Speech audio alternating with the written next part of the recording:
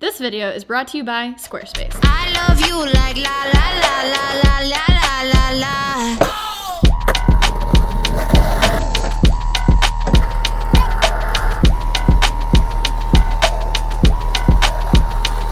What's up guys, welcome to another video. My name is Saradietschy, rhymes with Peachy, and today we have the Galaxy S20 Ultra. This is exciting because I love to do camera tests. I am an iPhone person, so it's gonna come from the perspective of an iOS user. Okay, let's...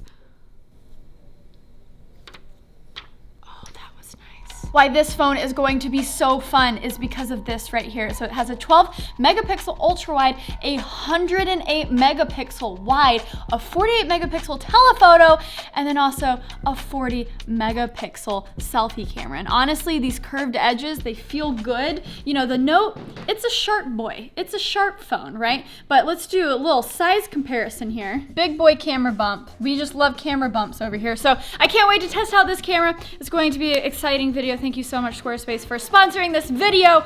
Online stores, John uses it for his merch all the time. Check. Online portfolio, that's like what I use it for. Super easy, super beautiful. You can use my code for 10% off your first purchase of a domain or a website. So what are you waiting for? You're probably waiting until this video is over, right?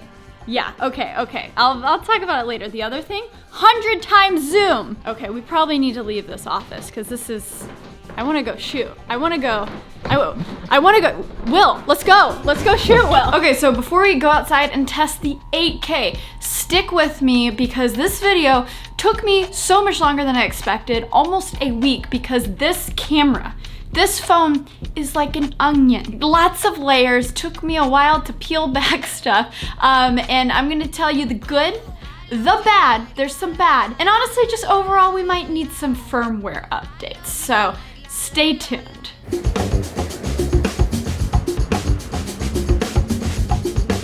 Takes a while to focus. Yeah, like it won't even auto adjust. Like I've been having to tap it. I wonder if that guy, if his camera shoots in 8K. Yes.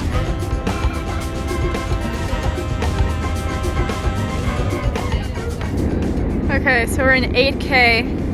There's wobble. You definitely don't have that image stabilization in 8K. I mean, I didn't expect that.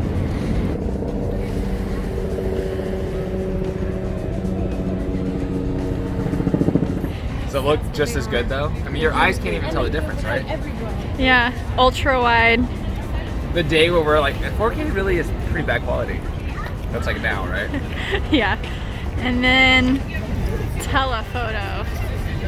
It's gonna be zoomed in right at my nostrils. Yeah.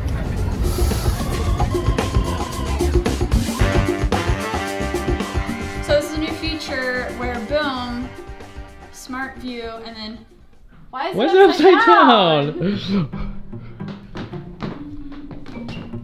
Oh, it looks really good. Crystal clear, really. That makes no sense because the first clip that was right side up, it was flipped and upside down. And then we flipped it in the video editor and then played it. And it did it the right way, but that means it's still upside down. So, you know, 8K is a fantastic thing to put on a spec sheet. But I mean, the big thing about this Samsung QLED 8K TV is the AI upscaling. So 4K footage should ideally, you know, look as good as an 8K clip, but there's some semi-obvious clarity difference, but then again, we're filming this on a phone. The difference isn't too crazy. I mean, look at that detail.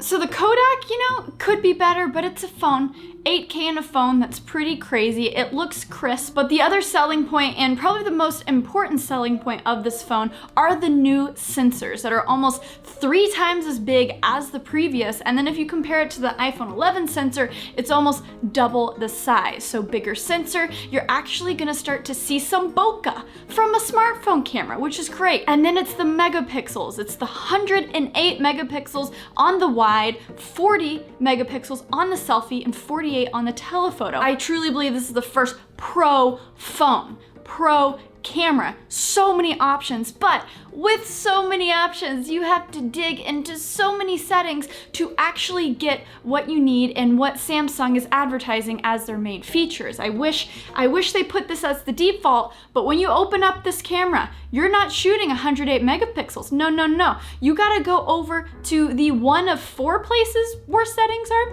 You have to go up to where you decide the ratio of your picture, whether it's 3:4 or 16:9. I wouldn't think of looking here. And that is where you turn to the 108 megapixels, and that's where you can start shooting these pictures. I went 2 days shooting pictures and selfies without changing that and thinking that I was shooting these high resolution pictures. A lot of other people are doing this, but no, you have to go into those settings. Okay, so we got that out the way. Now let's look at these pictures that are actually 108 megapixels. Ooh, so sharp. This is when you're really gonna tell the difference. Here is a normal selfie that is 2 to 3 megapixels, and then you click 40 megapixels in the settings and boom. It is more sharp, but it's very strange. You can't even go in the beauty filter settings when it's set to 40 megapixels, but you still have that Samsung skin smoothing where everything just seems a little bit too soft. Here you see it compared to the iPhone, but still the skin tone's kind of weird, right? So the 2 main marketing features of this fancy S20 Ultra phone are mutually exclusive. You have the space zoom and you have the 108 megapixel sensor. So space zoom, as we've seen with pictures, it doesn't look good at 100 times X. It's something that you can say you have, and it really is a great marketing point, but you're never actually going to use it unless you're trying to read a sign 2 miles away. In that case, hey, it's actually pretty useful. This picture that I got of like a bird on top of the flag on this picture where I was so far away kind of blew my mind.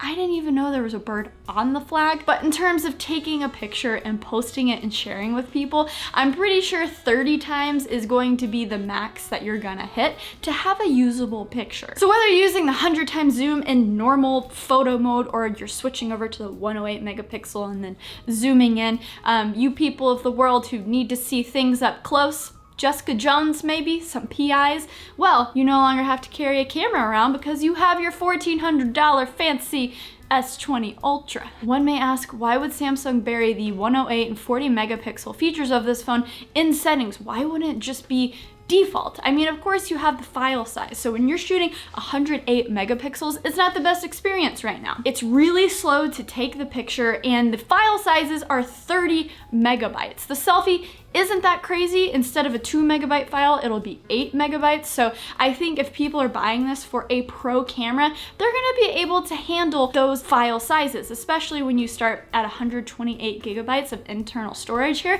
It's not really something you have to worry about. But then the other stuff hopefully can be updated in a firmware update. You know, things like you can't shoot in pro photo mode when you're in the 108 megapixel mode. And then when you're in video mode, if you're shooting in 60 frames per second in 1080 or 4K, they don't allow you to switch to the ultra wide or the telephoto. Just weird stuff. Overall, what I'm seeing from this camera is fantastic, but again, there's just some quirks here and there. When we were out and about in Central Park and the sun was setting, it was beautiful golden hour. You know, that's the one time it actually looks good to have the sun straight on your face. And here's an example against the iPhone 11 Pro. And dang, Samsung, you just have a very hard time with shadows and highlights and just skin tones and oversaturating pictures. It's really crystal clear. I was shooting in 108 megapixel mode, like mwah. So there's definitely potential for this to be so great, because look at the bokeh. You know, it's so much more blurry in the background than the iPhone, but the iPhone really just crushes it with being an overall better photo. Night mode looks great, although you're gonna run into some issues when you're in lighting that isn't dark enough for night mode, but isn't bright enough to really use this beautiful sensor. If you try night mode, it's just gonna oversaturate it and make it look terrible. So just don't do that.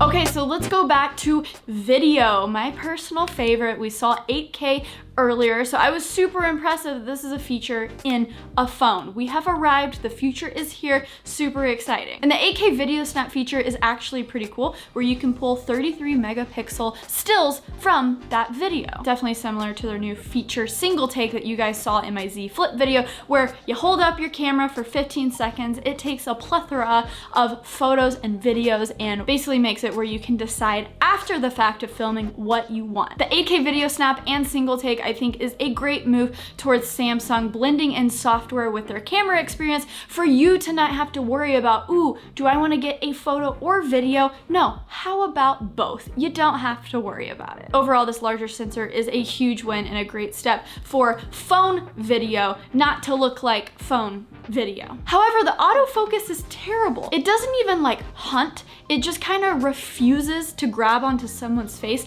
unless you go and tap your screen again onto someone's face, which it's like when it comes to phones, you want to set it and forget it. That's the whole point of using a phone over a DSLR or a mirrorless camera. The autofocus should just work, right? Luckily, you can go over to Pro Video mode and do manual focusing, which makes it look very professional. But this is a phone. This isn't a full frame sensor. Like we need good autofocus, which again, hopefully will come in a firmware update, which there's already an update going around. People already in Korea have it, but in terms of the camera improvements, it's just mentioning a better flash experience, nothing in regards to this stuff. So I couldn't wait any longer to get out this video. It's already been a week, so maybe we'll have to do an update later on. The 48 megapixel telephoto might be the underdog here. Not what a lot of people are talking about, but holy smokes, does it look good. The optical image stabilization is fantastic. Bravo. The slow motion on Samsung phones has always been so great and fun to use. You actually get